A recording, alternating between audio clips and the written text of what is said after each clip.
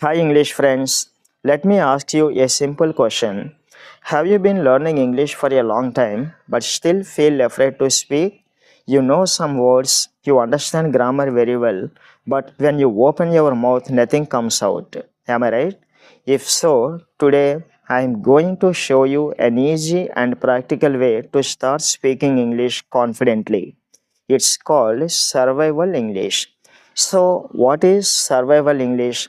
Survival English means the basic English you need for everyday life. For example, asking for directions, ordering food, greeting people, or introducing yourself, etc. It is simple English, if not perfect English, and that's exactly why it works. Now, listen carefully. As a beginner or intermediate learner, you do not need long sentences, difficult grammar, or advanced vocabulary. You only need useful words and short phrases, right? Mostly nouns, verbs, and very common expressions. Okay, so this helps you start speaking from day one, really. Many learners study grammar for years, but when it's time to speak, they feel nervous and confused. Why? Because they are afraid of making mistakes. Believe me, survival English removes this fear. It tells you speak first, correct later. Yes, you heard that right. Survival English tells you speak first, correct later. And here is something very important about survival English. When you speak freely, even with broken English, your confidence grows, your hesitation reduces, and slowly your brain starts thinking in English. So please remember this. Don't wait to be perfect before you speak. Just start speaking, and perfection will come later. Got it? Now imagine this situation. You are in an English speaking place. You are lost, you are hungry, or you need help. Then what will you do? Practice these situations every day, even at home. Say simple sentences like where is the shop? How much is this? Can I have a coffee please? Etc.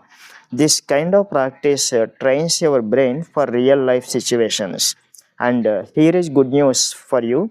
At the beginning, you can ignore complex grammar, forget about auxiliary verbs and difficult rules. Focus on what you can say, not on what you can't.